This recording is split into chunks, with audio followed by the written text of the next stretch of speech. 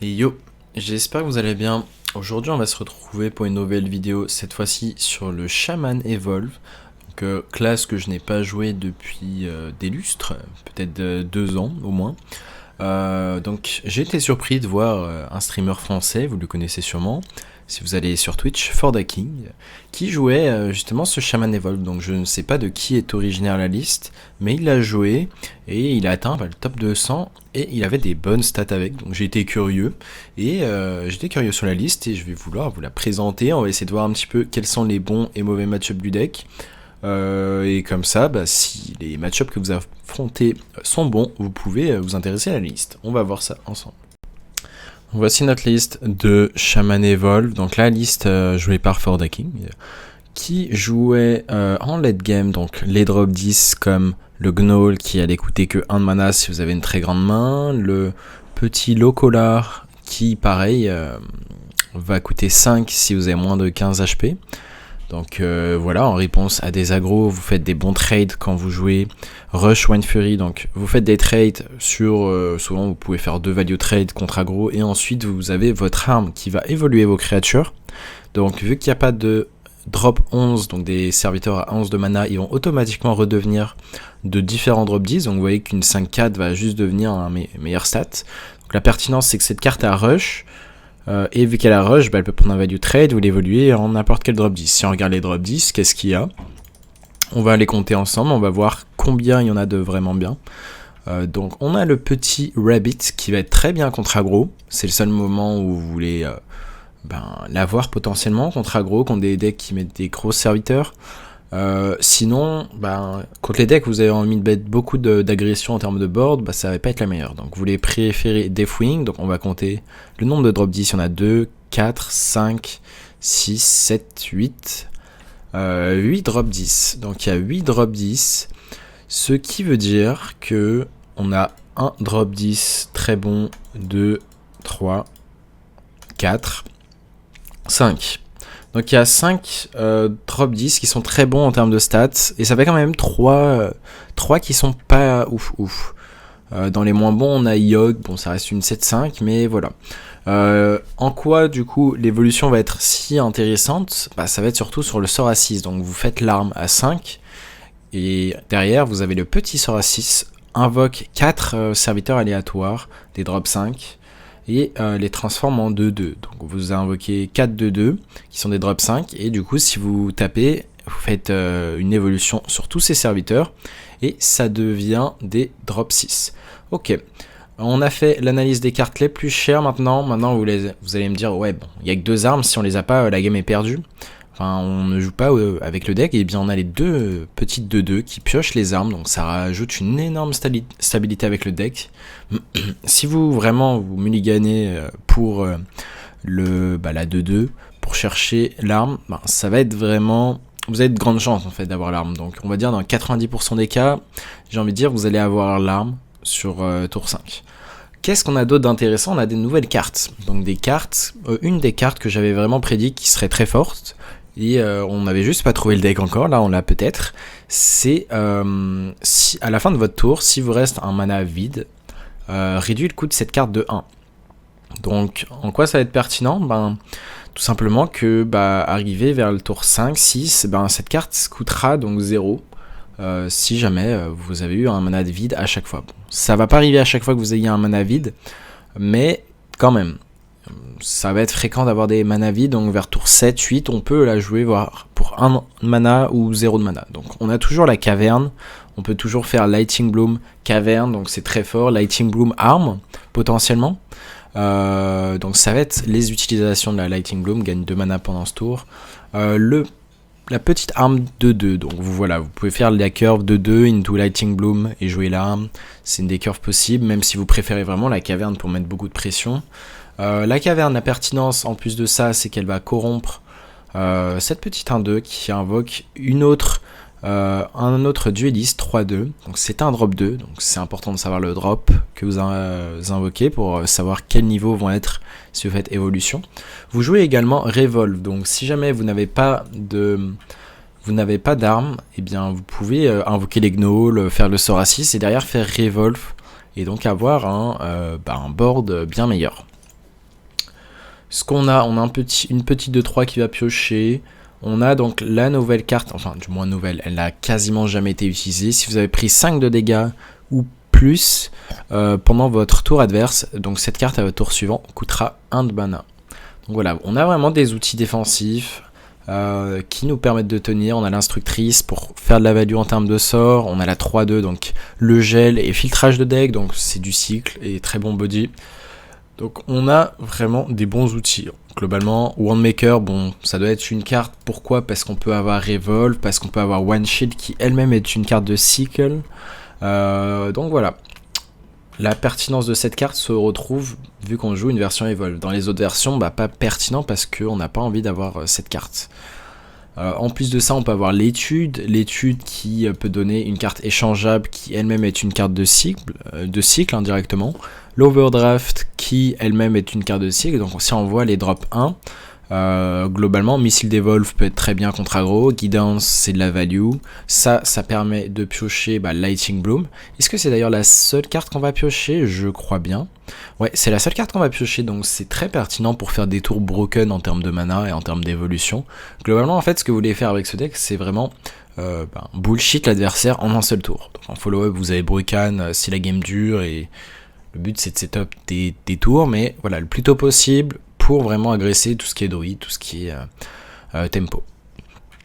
Donc voilà, même l'éclair, c'est un petit removal pour 1 qui est très sympa.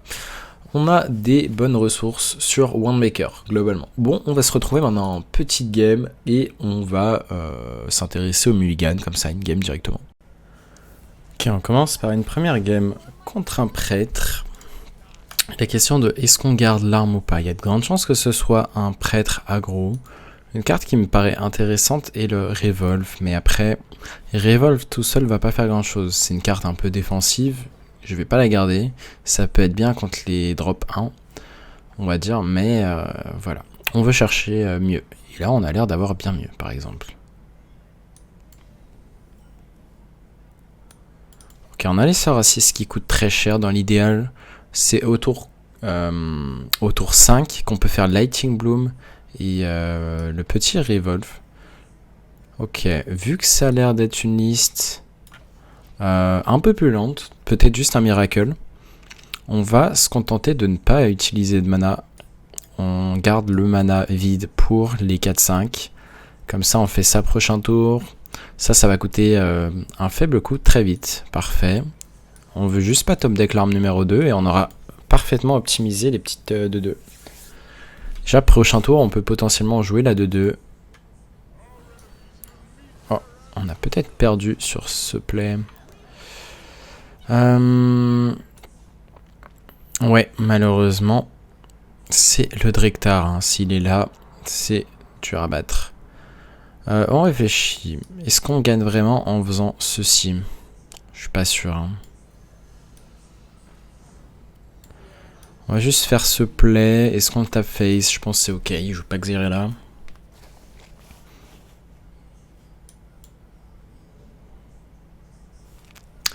Malheureusement, prêtre là, avec tout ça, il a juste à avoir la chiromancie, le sort à 3, qui réduit sa main, et c'est déjà fini en soi.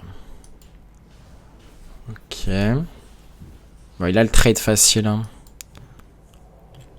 Sur la 4-4.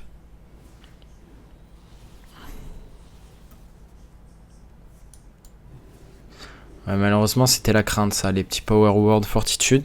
Bon, malheureusement, je pense pas qu'on gagne la partie en se disant on garde Revolve, surtout si on affronte un aggro, vu que ça faisait longtemps que j'avais pas affronté de Miracle.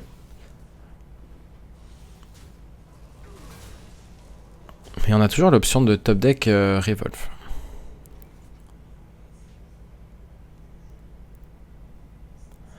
Je pense qu'on doit one shield Sacrea, pas le choix. On a dans tous les cas des Revolve. Ouais, dans tous les cas, on n'aura jamais l'out de jouer ça. La moins chère, j'imagine. Après, ça a un potentiel d'AOE, quoi. Donc, on va faire ceci maintenant. Et on va rester comme ça. Ok. Ok, une carte brûlée. Il n'y a que 3 cartes qui viennent de son deck pour l'instant en main. On va sûrement pas avoir le timing de jouer l'arme prochain tour, on verra.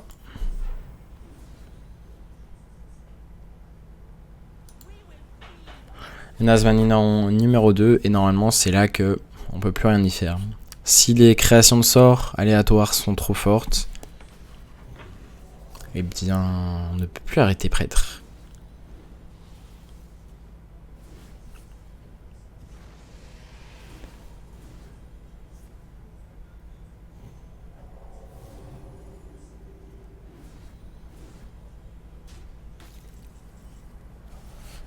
On a finalement pioché la Revolve. Est-ce que c'est pas trop tard?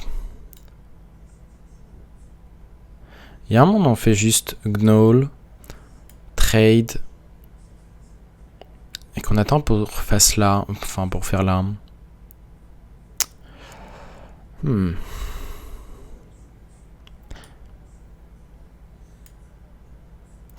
pense que c'est plus winning play d'attendre. Oh, c'est un tricky spot là. Est-ce qu'on préfère un autre drop 4? Je suis pas sûr.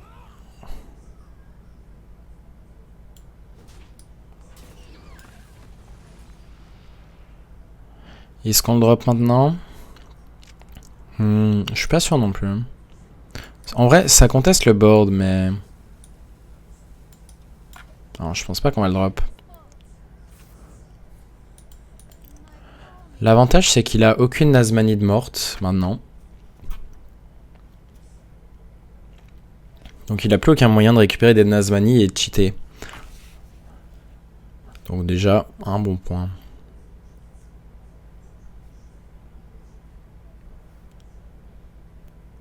C'est une carte qu'il a découverte de son deck, je crois. Ok.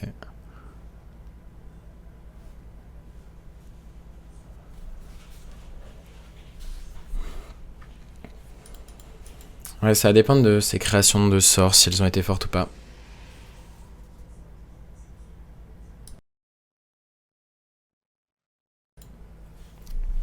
Donc il a Setek et Drektar, mais Drektar ne fait plus rien logiquement. Vu qu'il a plus de... En fait, il a plus de serviteurs dans le deck. Donc Drektar ne fait absolument rien. C'est une 4-4. Ok. Le problème, c'est que c'est... Ok. Très bonne draw ici. On va invoquer ça. On aurait pu faire ça first, évidemment. On va taper ceci.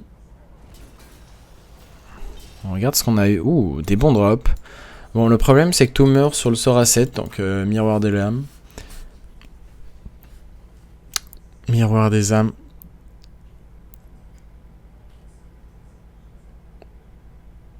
En fait, il joue aussi double silence. Donc, il peut passer les tonnes facilement. Et il peut connecter 7 dégâts face. Ça voudrait dire qu'il lui manque 4 de dégâts là maintenant. Ouais, s'il a le silence, c'est checkmate. Et je pense qu'il a de quoi passer... ouais. Ouais, dommage. En vrai, ça joue pas grand chose. Hein. On a failli battre Drektar. C'est juste que... La main était un peu lourde.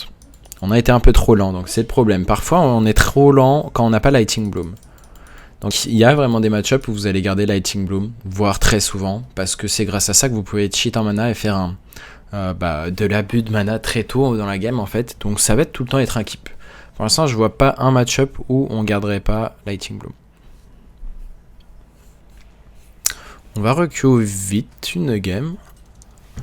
Contre Druid, c'est un des match-ups où on veut vraiment Lightning Bloom, par exemple. Potentiellement pièce, Ivern sera 6 into Revolve. En vrai, on a une bonne main là maintenant. On va garder une seule Revolve. On a beaucoup de cartes qui sont pertinentes contre aggro, comme 7 cartes notamment. Et le Locola. Pour les notes serait de piocher deuxième Lightning Bloom maintenant. Oh, la caverne. Là, c'est un spot déjà tricky. Est-ce qu'on préfère caverne sur tour, sur maintenant? Ou rester sur notre plan de jeu, de rien faire pendant un moment? c'est possible que ça soit la caverne maintenant le play. En fait, ça voudrait dire quoi? Tour 3, on joue 5, 4 drop 2. En fait, ça me paraît trop lent, malheureusement. Parce qu'il a facilement accès au sort à 7, vu qu'il va ramp en mana sûrement. Il pourra facilement tuer les 2-2, et vu qu'on peut revolve que le tour d'après. Ça me paraît mieux de faire la caverne.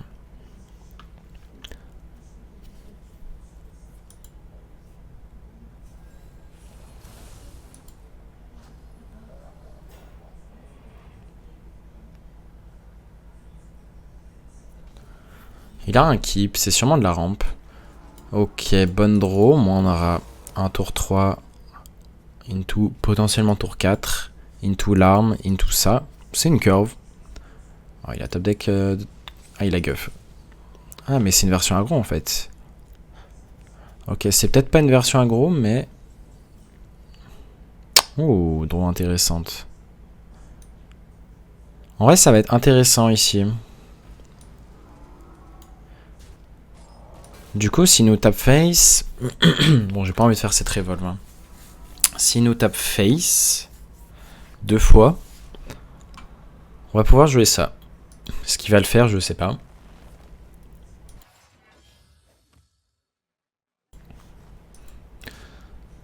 Ok, il va prendre les trades. Bon, du coup, ça tourne autour de ça. Ok, deuxième caverne, pourquoi pas. On curve, hein, on n'a pas besoin de innerve quelque chose ici. C'est pas pertinent vu qu'on peut pas faire la revolve le même tour. Donc là, c'est sûrement Kazakusan. Donc là, il cherche la rampe, hein. 4 de mana. C'est pour ça qu'il fait Resizing Poach. Il prend son out. Il a pas l'air de l'avoir eu. Un rush, du coup il rentre 4. Ok, on pioche le gnoll. On va pas en faire grand chose. On va pas taper avec cette arme. On va garder pour le tour suivant. 5 de mana, il cherche Guff.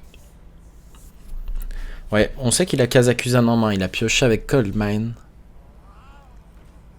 Donc il a Kazakusan en main. Là, on va faire un gros tour. Il a potentiellement rien à jouer prochain tour. Donc là, on est parti.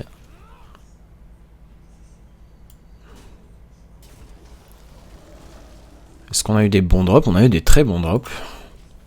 Savane, c'est sûrement un des meilleurs drop 6. La Savannah, la 4-6 du prêtre est franchement loin d'être déconnante. Très dur à gérer. Et c'est de la value infinie, hein, si tu la repioches. Donc déjà, on a combien? On a 22, 25, 28 avec l'arme. Ah là, il est obligé de découvrir quelque chose. Sinon, il va mourir. Puis même, hein, c'est pas le fait de jouer Kazakusan qui va le sauver. Hein. Il a pas eu de rampe. Donc ça, c'est un moyen de survivre. Est-ce qu'on cherche à avoir les talents? On a 16, 19, 22. Ouais, dans tous les cas, il sait que c'est pas juste en faisant spec qu'il va gagner. Donc voilà, druide, vous avez vraiment moyen de les gagner avec une sortie, on va dire, curvée. Bon, bien sûr, il a pas eu de rampe, mais même avec de la rampe, j'ai le sentiment qu'on avait quand même de quoi le tabasser. Il a pas fait de rampe, mais il a fait du board. Du coup, ça contestait notre propre board. Ça veut dire qu'on l'a pas directement agressé, mais en gros, il a repoussé... il a juste repoussé le moment où ça allait être tendu pour lui.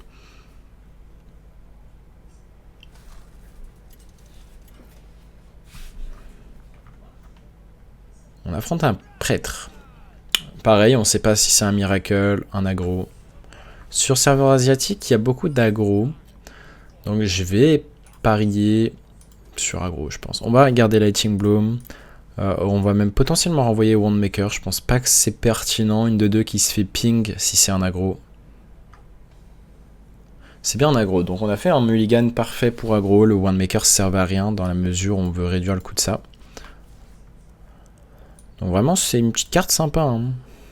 J'aime beaucoup. C'était une des cartes que j'avais le mieux notées. Hein. Parmi les cartes du mini set.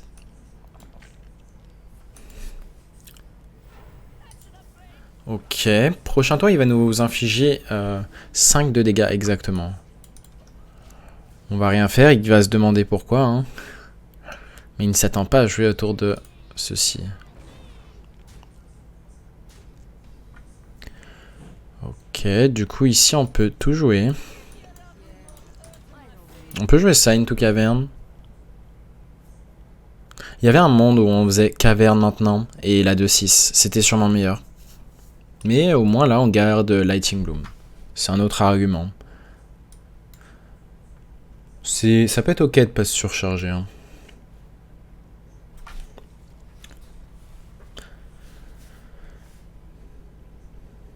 Donc ouais, malgré une très grosse sortie de prêtre, si on sait mulligan contre prêtre, on a de quoi battre les meilleures sorties. Il va ping, c'est tout j'imagine.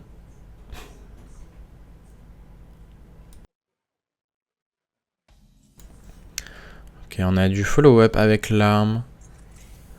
Est-ce que j'ai envie de pré-shot l'un d'eux? Je pense que peut-être. Hein.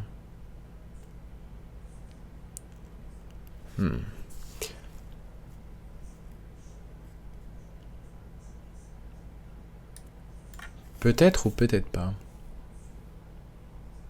Pour l'instant, il a quoi de mort? Il a que la 3-2.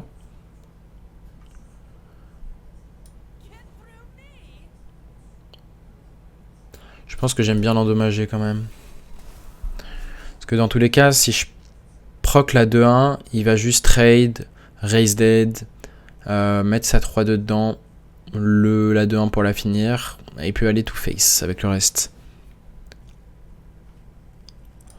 À tout moment, on peut jouer ça dans 2 tours.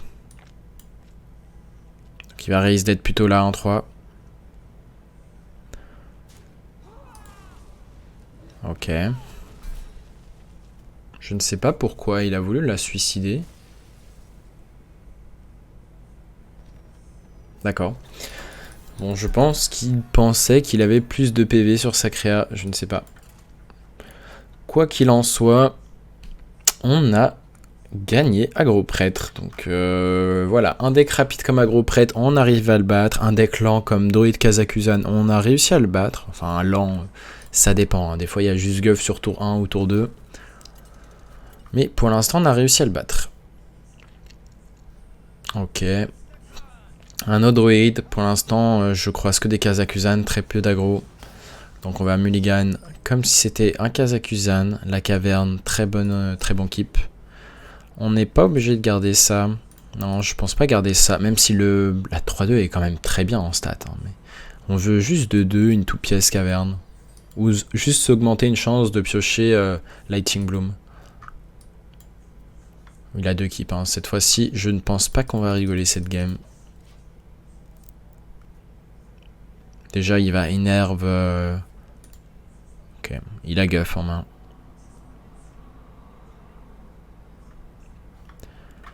Il y a de très très grandes chances qu'il ait Guff en main.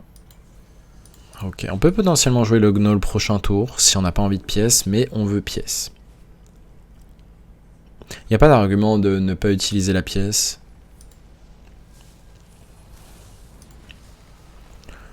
Ok.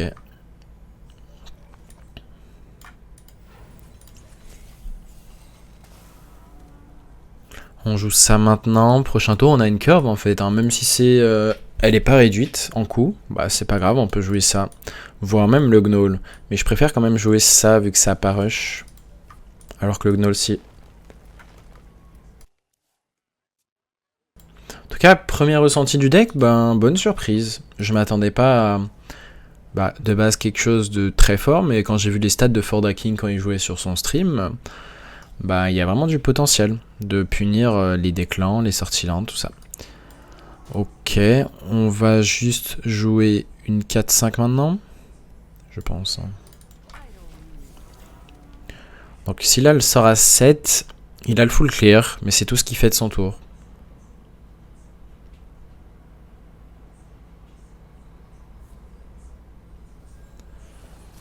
Ok, bon du coup il reprend bien le board là. Hein. On sait que derrière il a Kazakusan en plus, c'est regrettable.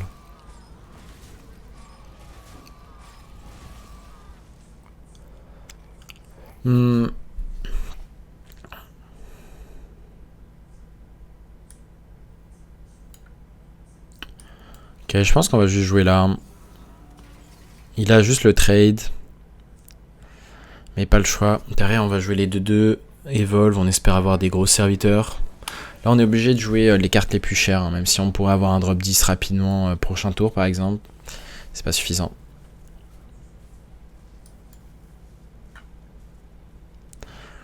Malheureusement, il y a 3 cartes qui peuvent vous battre. C'est bon, le Kazakusan tout seul, il vous bat pas. Il faut qu'il y ait la rampe. Et en plus de ça, le removal, le sort à 7. Sans ça, on avait la pression et c'était très dur hein, pour Druid. Le sort à 7, c'est le seul moyen. Il y a eu les doubles Lunar Eclipse, donc ça l'a vraiment aidé pour prendre les trades et tout. Donc vraiment, il y a eu tous les outils anti-aggro. Ok, on est parti.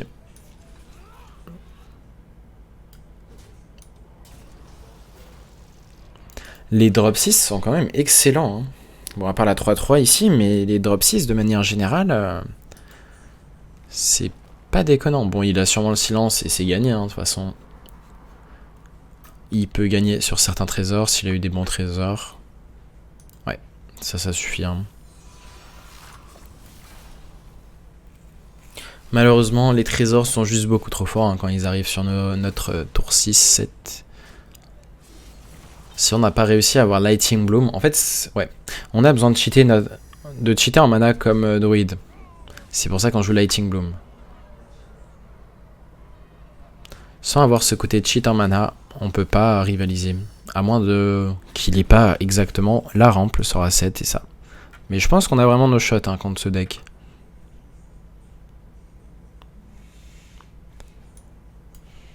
Ok. On va d'abord one shield. Ok. J'imagine qu'on va Wandmaker. Regarde ce qu'on a. Devolve. Ah, je viens de voir qu'on s'est fait casser notre arme en fait. Bah du coup on va revolve. C'est pas pertinent de revolve. Non, on s'est fait casser notre arme. Bon du coup le tour était pas ouf hein, mais je pense pas qu'on avait vraiment de bons tours. Mais oui, vu qu'on avait Crèche et que Crèche est mort, en plus de ne pas nous donner 8 d'armure, ben on a plus d'armes.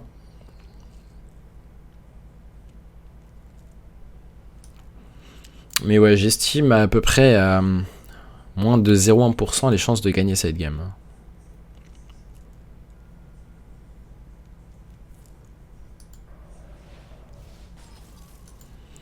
On est déjà très bas en PV. C'est des drops combien ça? C'est des drops 1. Très fort pour des drops 1.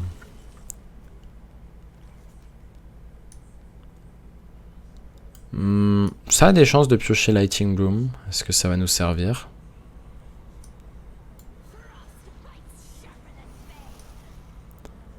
J'imagine qu'on va piocher ici.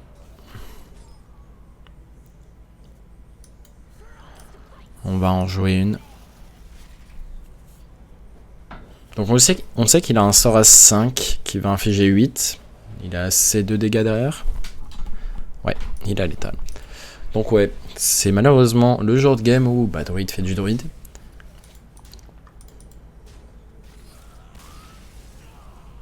Mais overall, j'aurais envie de dire que, je sais pas, ce match-up à venir. Hein, j'ai pas encore beaucoup de fois fait le match-up, mais j'aurais envie de dire que c'est un bon 55%, 60% pour Shaman.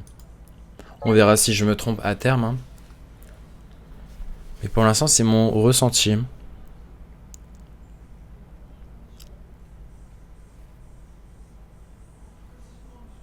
Ok, on affronte un autre druide, parfait. Comme ça va étoffer un petit peu notre échantillon sur le match-up.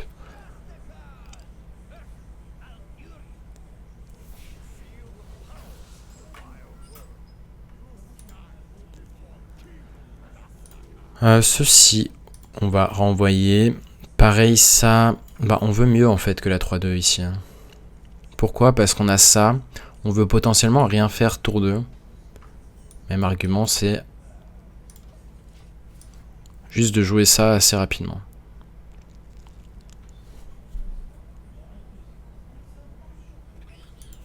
Ok, c'est un aggro. Du coup, est-ce qu'on accepte de pas réduire le coût de ça? Je pense que oui. On va jouer ça, il y a des chances que ça pioche Lighting Bloom, même s'il y a peu de chance, un Revolve, One Shield, il n'y a qu'une chance sur 7 quoi, concrètement, de piocher un sort de nature qui nous ferait piocher l'autre LM, donc on joue que 2 LM dans le deck, c'est celui-là. Est-ce que c'est rentable d'Innervate Arm? Oh, avec un top deck en plus? Je pense pas, par contre si on a la caverne on la joue peut-être maintenant. On a besoin de contester le board maintenant, je vais le faire. On n'a plus de mana prochain tour, hein, mais c'est trop important de le faire maintenant. Notre main fait rien d'autre en fait.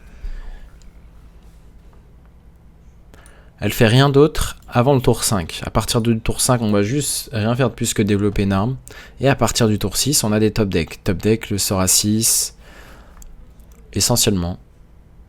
Sinon, top deck juste le petit Pitmaster, avec ça en plus.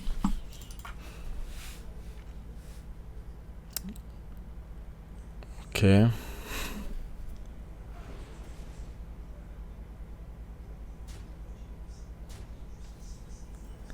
Parfait, on a top deck ceci. Ce qui est dommage, c'est que la 2-3 n'a pas de trade ici. On va juste rester comme ça. S'il veut trade la 2-3, on va le laisser faire. Hein. Ça sert à rien de pré-shot. Bon, ce qui est dommage, c'est que statistiquement, bah, il avait mis que 2-2-1 dans son deck. Enfin, il en a mis 4. Il en a pioché 2 en l'espace de 3 cartes piochées. Statistiquement, il y avait quasiment... Enfin, très très peu de chances d'en piocher déjà juste 1. Alors 2, c'est peut-être juste à cause de ce paramètre qu'on va perdre la game. Alors que vraiment, on était, je pense, très fine dans la game. Là, on avait une curve. Donc c'est dommage. Ça joue vraiment pas grand-chose. En plus, avec ce paramètre d'avoir peu de chances de piocher les 2-1, il a réussi à avoir Arbor Up, donc la meilleure carte donc sur le tour 4. Ok. Est-ce qu'on espère avoir des taunts ici? Je pense que c'est le winning play. Hein. Ça m'a l'air d'être le winning play. Je vais faire ça first. Ouh. On va jouer ça ensuite. On va tuer la carte avec le plus d'attaque. La 2-1 va mourir, parfait. Ouh, on a un très gros body en fait. Est-ce que c'est pas l'arnaque ici hein?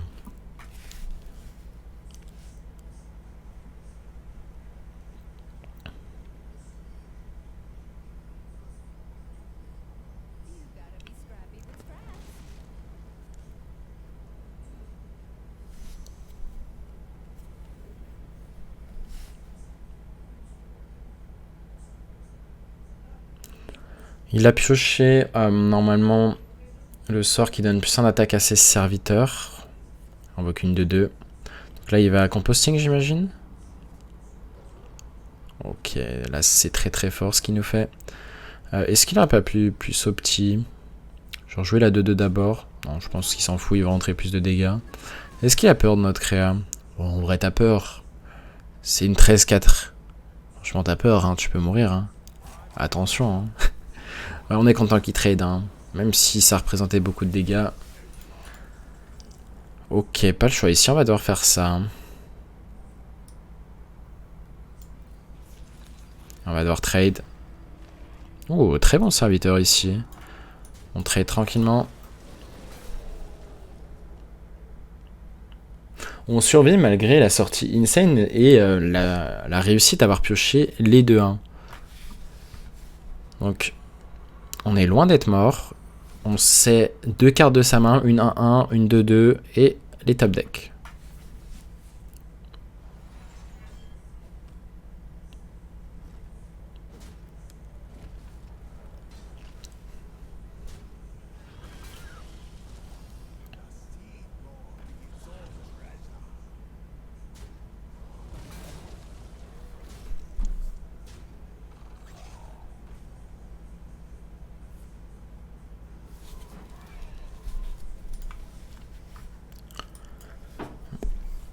Je pense que c'est un board suffisant pour faire... Le problème de juste faire l'arme, c'est qu'on a des chances de mourir. Là, on pourrait se dire, vas-y, on va lui trade. 3, 4, 5, 6. On peut mourir facilement, là. Il y a peut-être même un monde où on fait juste Gnoll. Bien sûr, il faut prendre les winning plays. Il y a déjà un Arbor Up de passé. Faut prendre les winning plays, faut considérer si jamais on tourne autour de l'autre sort qui donne plus en attaque, est-ce qu'on gagne la game. Le problème de faire juste ça, c'est un problème. Pourquoi? Parce que... Pareil, on peut pas juste value trade les gnolls. C'est un spot complexe. Hein.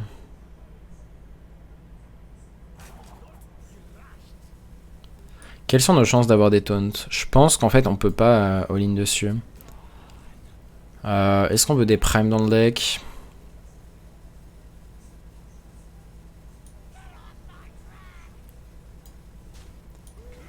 On va juste la jouer comme ça, je pense.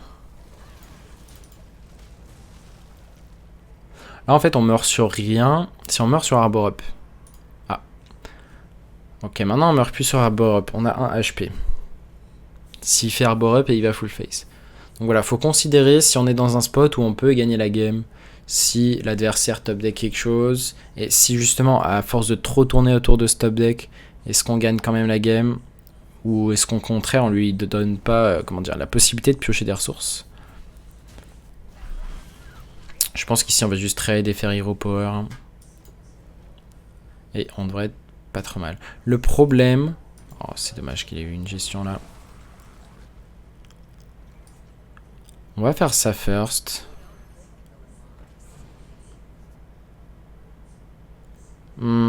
La pertinence de Devolve, elle paraît pas ouf. Mais... il y a quand même une pertinence. C'est de l'empêcher de piocher. Parce qu'à tout moment, il pioche une 2-1 par exemple.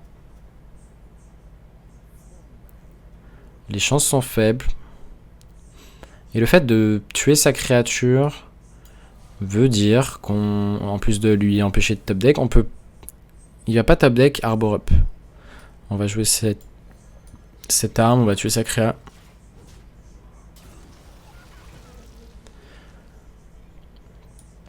En plus dessus, bah, il y a... à tout moment on n'avait pas de taunt et voilà, on pouvait perdre sur Arbor Up, numéro 2. Donc, parce que ça allait invoquer un autre gnoll. Ça aurait été assez chiant.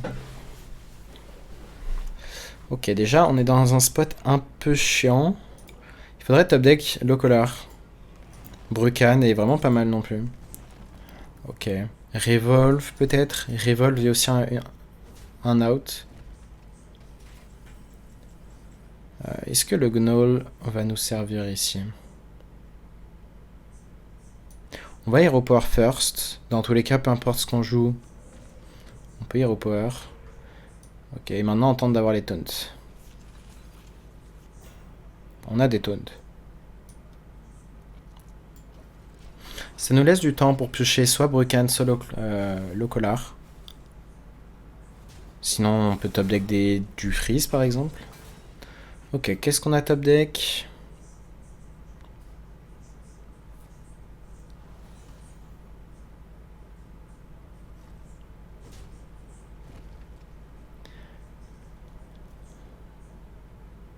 Ok, cette carte va donner 1 d'attaque à tout le monde quand il y aura trade. C'est un prime qui va réinvoquer la 5-4 exact. Ok, on va prendre les trades.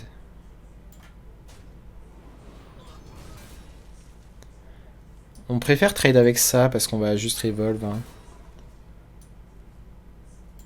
Il n'y a pas pioché de 2-1. On va faire ceci. Il n'y a plus d'hospice funeste, donc autant Hero Power. Et ensuite taper. C'est un bon board. Bon, c'est une game pas facile à jouer. Hein. En termes de prise de décision, on a essayé de jouer safe. Pas trop greedy, mais toujours prendre les lignes de play gagnantes. Et une étude qui pourrait être pas mal et que je ferai sûrement quand je vais faire mon guide sur ce deck, parce que ce deck a du potentiel, ça serait le calcul du nombre de drop 5. Calcul du nombre de drop 5 avec taunt pour le pool de Devolve, par exemple. Le nombre de drop 6 qui a taunt. Comme ça, vous savez un petit peu vos outs. Et imaginons qu'il y ait 50% des drop 5 qui en taunt. Ben, ok. Du coup, vous savez que vous allez en moyenne avoir 2 taunts sur le sort à 6. Donc, c'est vraiment le fait de savoir ces paramètres qui vont vous aider dans la prise de décision. Il a eu combien de composting? Ah, il a créé par étude. Il avait peu de cartes en main, mais... il arrive à comeback, hein.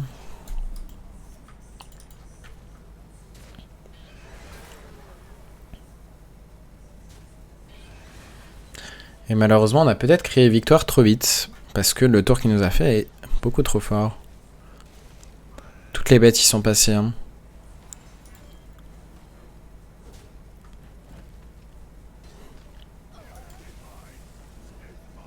Brucan? Pas de Brucan, malheureusement.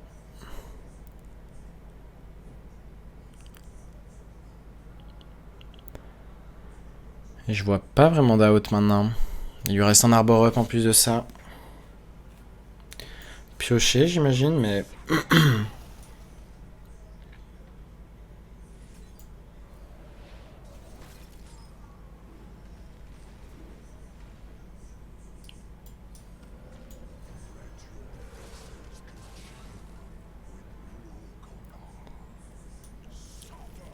on peut tuer ça. Ah, ça va pas suffire à gagner, malheureusement. C'est dommage, hein, c'était une game très close.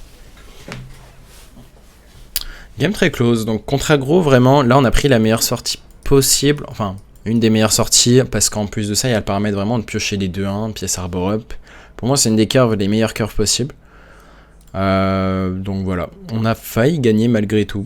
Et on a fait quoi en stat? On a fait 2-3.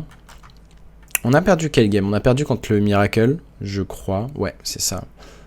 Et pareil, j'ai la sensation que ça jouait pas grand chose.